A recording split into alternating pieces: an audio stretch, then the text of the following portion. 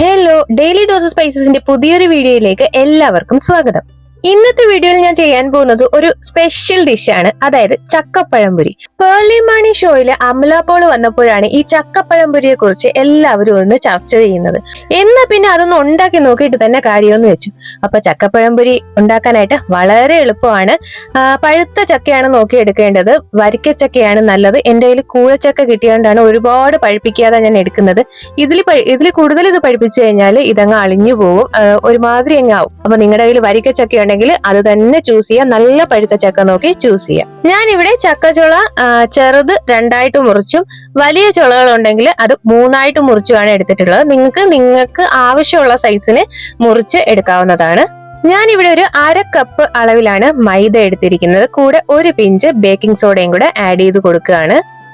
ഇനി ഇതിലേക്ക് ഒരു 1/4 ടീസ്പൂൺ അളവിൽ മഞ്ഞൾപ്പൊടി ചേർത്ത് കൊടുക്കാം.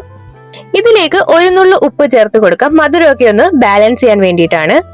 ഇനി ഞാൻ ഇവിടെ ചേർക്കാൻ പോകുന്നത് പഞ്ചസാരയാണ്. 2 ടേബിൾ സ്പൂൺ അളവിലാണ് പഞ്ചസാര ചേർത്തിരിക്കുന്നത്. എന്റെ കയ്യിലിരിക്കുന്ന ചക്കയ്ക്ക് മധുരം ഇത്തിരി കുറവാണ്. അപ്പൊ നിങ്ങൾ നല്ല പഴുത്ത ചക്ക എടുക്കുകയാണെങ്കിൽ ഇത്രയും ചേർക്കേണ്ട, 1.5 ടേബിൾ സ്പൂൺ ഒക്കെ ചേർത്താൽ മതി.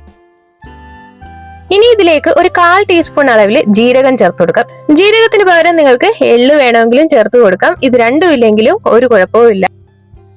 ഇതിലേക്ക് ആവശ്യത്തിന് വെള്ളം ചേർത്ത് നമുക്ക് നല്ലതുപോലെ മിക്സ് ചെയ്തൊരു ബാറ്റർ തയ്യാറാക്കാം. ഞാൻ ഇവിടെ ഏകദേശം ഒരു 1/2 കപ്പ് വെള്ളമാണ് ചേർത്തിരിക്കുന്നത്. കുറേശ്ശെയായിട്ട് ചേർത്ത് കൊടുത്തു. കറക്റ്റ് ഒരു 1/2 കപ്പ് ആയിട്ടില്ല. 1/2 കപ്പിനും ഒരു ടീസ്പൂണോളം കുറവുണ്ടായിരുന്നു. അപ്പൊ അത്രയും വെള്ളം ചേർത്ത് നല്ലതുപോലെ ഒന്ന് മിക്സ് ചെയ്തെടുക്കാം.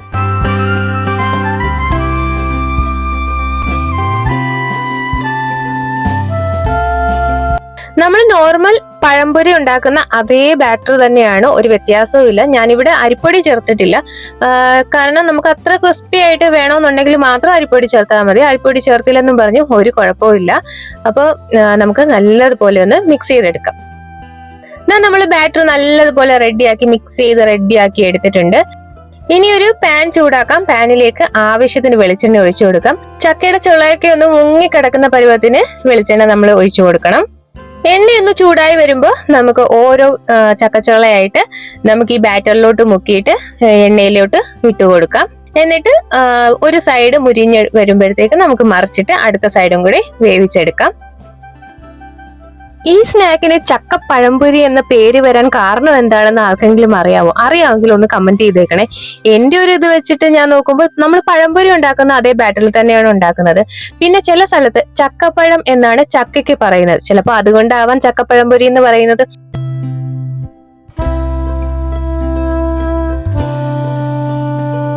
ഒരു സൈഡ് ഇവിടെ റെഡിയായി വന്നിട്ടുണ്ട്. നമുക്ക് അടുത്ത സൈഡിലേക്ക് തിരിച്ചിടാം. അങ്ങനെ നമ്മുടെ ചക്കപ്പഴംപൊരി ഇവിടെ റെഡിയായി വന്നിട്ടുണ്ട്. ഇനി നമുക്ക് പാനിൽ നിന്ന് മാറ്റി വെക്കാം. എണ്ണയൊക്കെ ഒന്ന് വാർന്നെടുത്തിട്ട് നമുക്ക് ചൂട് മാറിയിട്ട് വേണം കേട്ടോ ഉപയോഗിക്കാനായിട്ട്. നല്ല ചൂടായിരിക്കും. അകത്ത് നമ്മുടെ പഴംപൊരി കഴിക്കുന്നത് പോലെ തന്നെ അകത്ത് നല്ല ചൂട് കാണും. കുറച്ചു നേരം ഒന്ന് തണുക്കാൻ വെച്ചിട്ട് വേണം എടുക്കാനായിട്ട്. ഇളം ചൂടോടെ കഴിക്കാവുന്നതാണ്. വളരെ രുചികരമാണ് ഈ ചക്കപ്പഴംപൊരി. ഉണ്ടാക്കാനും വളരെ എളുപ്പമാണ്. അപ്പൊ ചക്കയൊക്കെ വീട്ടിലുള്ളവർ ഉടനെ തന്നെ ഉണ്ടാക്കി നോക്കണം.